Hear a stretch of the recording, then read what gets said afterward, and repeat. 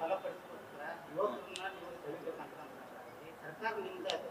ಈಗಾಗಲೇ ನಿಮ್ಮ ಕಾರ್ಯಕರ್ತರಿಗೆ ಈಗಾಗಲೇ ನಿಗಮ ಮಂಡಳಿಗಳು ಕಾರ್ಯಕರ್ತರಿಗೆ ಸಿಗ್ತಾ ಇಲ್ಲ.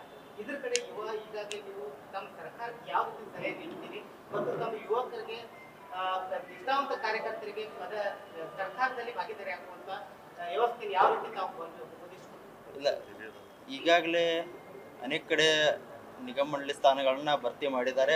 ಹಲವಾರು ಜನಕ್ಕೆ ಅವಕಾಶಗಳು ಸಿಕ್ಕಿದ್ದಾವೆ. ಇನ್ನೂ ಕೆಲವೊಂದು ಕಡೆ ಯುವಕರಿಗೆ ಯೂತ್ ಕಾಂಗ್ರೆಸ್ ವತಿಯಿಂದ ಅವರಿಗೆ ಅವರಿಗೆ ವಿವಿಧ ಘಟಕಗಳಿಗೆ ಏನು ಕಾರ್ಯಕರ್ತ ಇದ್ದಾರೆ ಅವರು ಕೂಡ ಸಿಗಬೇಕಂತ ಒಂದು ನಿರೀಕ್ಷೆ ಇದೆ. ಯಾಕಂದರೆ ಎಲ್ಲ ಪಕ್ಷಗೋಸ್ಕರ ಕಾರ್ಯಕರ್ತರು ಕೆಲಸ ಮಾಡಿದಂತೆ ಅವ್ರಿಗೊಂದು ನಿರೀಕ್ಷೆ ಇದ್ದೇ ಇರ್ತದೆ. ಆದರೆ ಅದು ಮುಂದಿನ ವಾರದಲ್ಲಿ ಅವರು ಪೂರ್ಣ ಮಾಡುವಂಥ ಕೆಲಸ ಮಾಡ್ತಾರಂತ ಹೇಳ್ಬೋದು. ಯಾಕಂದರೆ ಈಗಾಗಲೇ ಸೀನಿಯರ್ಸ್ ಕೂಡ ಇರ್ತಾರೆ, ಅವರು ಕೂಡ ಸೀನಿಯಾರಿಟಿ ಮೇಲೆ ಒಂದೊಂದು ಬೇಸಿಸ್ ಮೇಲೆ ಕೊಟ್ಟಿರ್ತಾರೆ. ಅದಕ್ಕೆ ಕೆಲವೊಂದು ಸಂದರ್ಭದಲ್ಲಿ ಸಿಕ್ಕಿರೋಕ್ಕಾಗಲ್ಲ, ಅದು ಮುಂದಿನ ದಿನ ಸರಿ ಮಾಡುವಂಥ ಕೆಲಸ ಆಗ್ತದೆ ಅಂತ ಹೇಳ್ಬೋದು.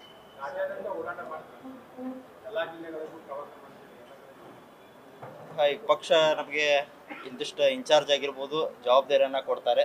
ಅದಕ್ಕೆಲ್ಲ ರಾಜ್ಯದಂಥ ಪ್ರವಾಸವನ್ನು ಮಾಡಬೇಕಾಗತ್ತೆ. ಅದಕ್ಕೆಲ್ಲ ಕಡೆ ನಾವು ಹೋಗಿ ಸಾಧ್ಯದಷ್ಟು ಕಾರ್ಯಕರ್ತರನ್ನು ನಮ್ಮ ಪಕ್ಷದ ಕಾರ್ಯಕರ್ತನ ಭೇಟಿ ಮಾಡಲಿಕ್ಕೆ ಪ್ರಯತ್ನ ಮಾಡ್ತೀವಿ.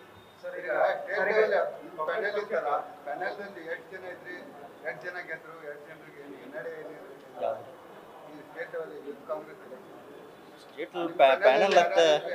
ಪ್ಯಾನಲ್ ಅಂತೂ ಏನು ಮಾಡಿಲ್ಲ. ನಾವು ಎಲ್ಲರೂ ಪಕ್ಷದ ಪರವಾಗಿ ಕೆಲಸ ಮಾಡ್ತಿದ್ವಿ. ಈ ಚುನಾವಣೆ ಪ್ರಕ್ರಿಯೆ ಅಂದು ಒಂದು ಪ್ಲ್ಯಾಟ್ಫಾರ್ಮ್ ನಮ್ಮ ಪಾರ್ಟಿಯವರು ಒಂದು ಮಾಡಿಕೊಟ್ಟಿದ್ರು. ಯಾರು ಇದರಲ್ಲಿ ಕೇಪಬಲ್ ಇದ್ದಾರೆ, ಅವ್ರ ಸಾಮರ್ಥ್ಯ ಎಷ್ಟಿದೆ, ಎಲೆಕ್ಷನ್ನ ಎದುರಿಸುವಂಥವ್ರಿಗೆ ಸಾಮರ್ಥ್ಯ ಇದೆ ಇಲ್ಲೋ, ಅವರು ನಾಯಕತ್ವ ಗುಣವನ್ನು ಒಂದು ಹೊರತರಲಿಕ್ಕೆ ಇದು ಒಂದು ಬರೀ ಒಂದು ಪ್ಲ್ಯಾಟ್ಫಾರ್ಮ್ಗೋಸ್ಕರ ಚುನಾವಣೆ ಮಾಡಿದ್ದಾರೆ. ಆದರೆ ನಾಳೆ ನಾವು ಎಲ್ಲ ಅಧ್ಯಕ್ಷ ಆಗಿರಲಿ, ಉಪಾಧ್ಯಕ್ಷ ಆಗಿರಲಿ, ಕೆಳಗಿನ ಕಮಿಟಿಯವರಾಗಿರಲಿ ಎಲ್ಲ ಕೂಡಿ ನಾವು ಪಕ್ಷಕ್ಕೋಸ್ಕರ ಒಂದೇ ವೇದಿಕೆ ಮೇಲೆ ನಾವು ಪಕ್ಷ ಸಂಘಟನೆ ಮಾಡ್ತೇವೆ ಅಂತ ಹೇಳಿ. ಜಿಲ್ಲಾ ಮತ್ತು ತಾಲೂಕು ಪಂಚಾಯತಿ ಚುನಾವಣೆ ನಡೀತಾ ಇದೆ, ಯಾವ ರೀತಿ ಯಾವ ರೀತಿ ಅದನ್ನು ನೋಡ್ತಾ ಇದ್ದಾರೆ? ಇನ್ನೂ ಜಿಲ್ಲಾ ಪಂಚಾಯತ್ ತಾಲೂಕು ಪಂಚಾಯತ್ ಈ ಬರುವ ವರ್ಷಗಳಲ್ಲಿ ಆಗುವ ಸಾಧ್ಯತೆ ಇದೆ. ಅದರಲ್ಲಿ ಕೂಡ ನಮ್ಮ ಪಕ್ಷ ವತಿಯಿಂದ ಬೇಕಾದಂಥ ಎಲ್ಲ ಸಿದ್ಧತೆಗಳನ್ನು ಈಗಾಗಲೇ ನಾವು ಮಾಡ್ತಾ ಇದ್ದೇವೆ.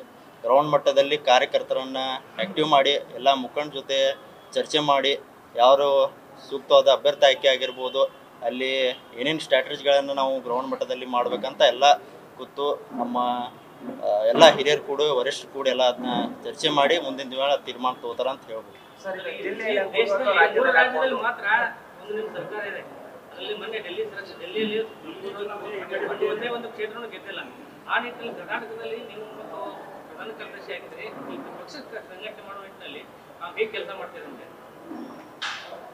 ಇಲ್ಲ,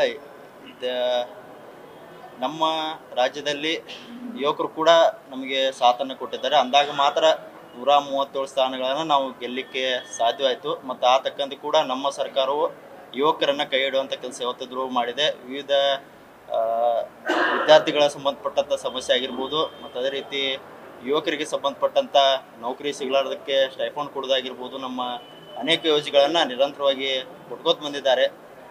ಅದಕ್ಕೆ ನಮ್ಮ ಸರ್ಕಾರ ಖಂಡಿತವಾಗಿ ಯಾವತ್ತಿದ್ರೂ ಯುವಕರ ಪರವಾಗಿ ಕೆಲಸ ಮಾಡ್ತದೆ ಅಂತ ನಾವು ಹೇಳ್ಬೋದು. ಸರ್, ಈಗ ಜಿಲ್ಲೆಯಲ್ಲಿ ಆಗ್ಬೋದು, ರಾಜ್ಯದಲ್ಲಿ ಆಗ್ಬೋದು, ಕಾಂಗ್ರೆಸ್ ಪಕ್ಷದಲ್ಲಿ ಹಲವಾರು ಆಂತರಿಕದ ಬಾಯ ಗೊಂದಲಗಳಿವೆ. ಯುವ ಪದಾಧಿಕಾರಿಯಾಗಿ ತಾವು ಯಾವ ಗೊಂದಲಗಳಿಗೆ ಹೆಂಗೆ ಸಂಪರ್ಕಿಸಿ ಹೋಗ್ತಾರೆ? ಯಾವ ಗೊಂದಲ? ಆಂತರಿಕ ಒಂದು ಬಾಯ ಪಕ್ಷದಲ್ಲಿ ಗೊಂದಲ. ಪಕ್ಷದಲ್ಲಿ ಯಾವುದೇ ರೀತಿಯಾದಂಥ ಗೊಂದಲ ಏನೂ ಇಲ್ಲ. ಎಲ್ಲರೂ ನಾವು ಪಕ್ಷದ ಪರವಾಗಿ ಒಂದೇ ಪಾರ್ಟಿಯಾಗಿ ನಾವು ಕೆಲಸ ಮಾಡ್ತಾ ಇದ್ದೀವಿ. ಎಲ್ಲರನ್ನೂ ವಿಶ್ವಾಸ ತೊಗೊಂಡೋಕ್ಕೆ ಎಲ್ಲ ಹಿರಿಯರಾಗಿರ್ಬೋದು, ಯುವಕರಾಗಿರ್ಬೋದು, ಎಲ್ಲ ಘಟಕಗಳನ್ನು ಸಾಮಾನ್ಯ ರೀತಿಯಲ್ಲಿ ತೊಗೊಂಡೋಗಿ ನಾವು ಕೆಲಸ ಮಾಡ್ತೇವೆ. ನ್ಯೂಸ್ ಫಸ್ಟ್, ನಿರ್ಭೀತಿಯಿಂದ ನಿಮ್ಮ ಪರವಾಗಿ.